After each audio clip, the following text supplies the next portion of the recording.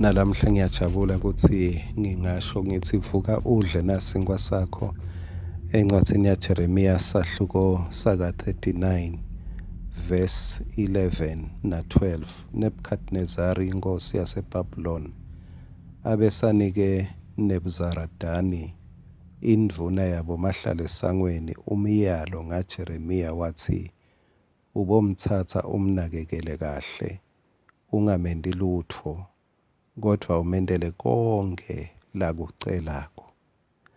La Nebukadneza kahle kahle usitha udelekta ubhubhisa sive sakaJuda.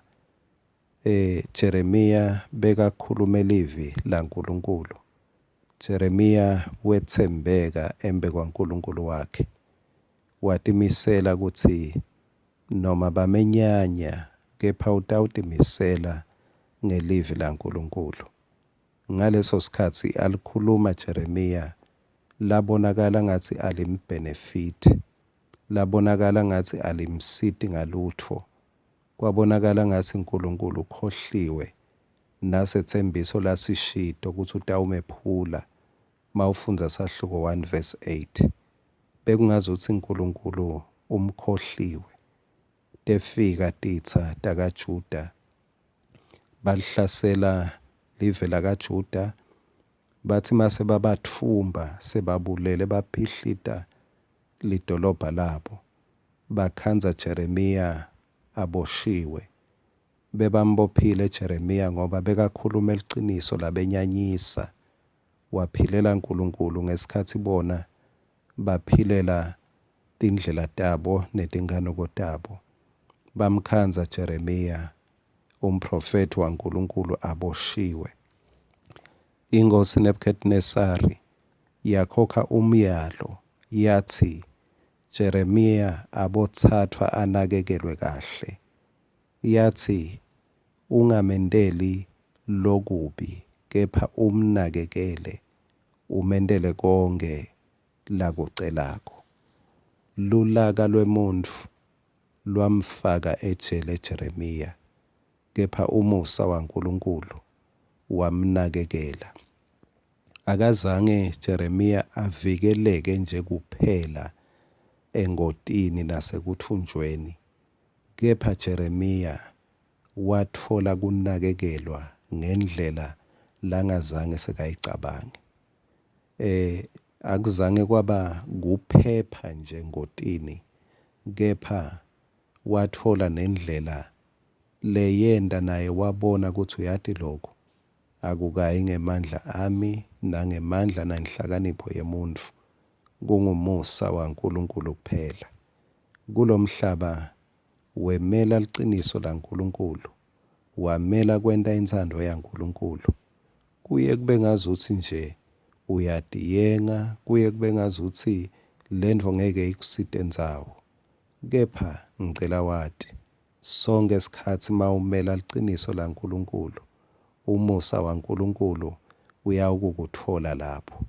Bekungathi Jeremiya bacedzile ngaye, kepha uNkulunkulu bekathi Jeremiya ngidakuthatha lapho ejele la ulahlwe khona, la udzelwe khona, ngidakuthatha ngikubeke etafuleni.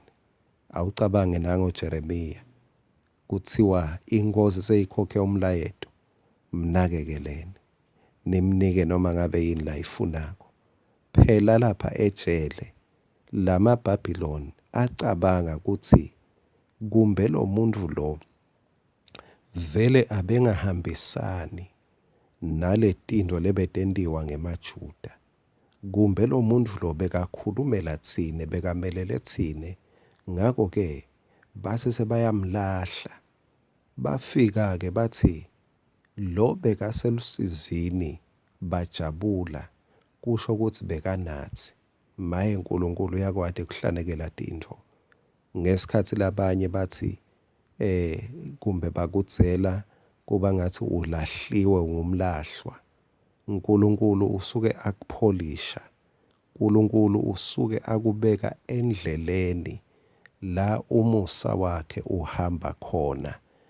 Ngubani bekade ukuthi ngesikhathi sebakhala labanye sebathunjiwe basukile endzaweni yabo sebagciladekile, Jeremiya yena uyawube adla kahle. Abengakazi akuthandazela nekukuthandazela lokhu, kepha livi laNkulunkulu lamlondoloda Jeremiya. Kungumthandazo wami ekuseni, livi laNkulunkulu alikwendele njalo. Loko uNkulunkulu lakubekile kuwe, lelo qiniso lolimelele, noma ngabe bewuva ngathi ukuthatha ingadi, ukuthatha inyama. Lelo qiniso laNkulunkulu lolimelele, kungasimnanzi, wahamba ngekwethembeka. Weva ukuthi ngazuthi kukhona la uhlephuka khona mawenda livi laNkulunkulu. Ngenxa yokulalela livi laNkulunkulu, nami kungumthandazo, kusifiso sami kuthi ngemusa waNkulunkulu ungavikeleki nje kuphela etintweni nasebubini besitha, kepha uphinze ukhone kunakekelwa ngekuthi uthole konke lokufunako. Umusa waNkulunkulu awube sandla sakhe sekukuniketa konke lebewuva, ngazuthi you are sacrificing for nothing, kepha umusa waNkulunkulu awubuyisele kuwe ngalokuphinziwe. Find your way by the grace of God. Amen.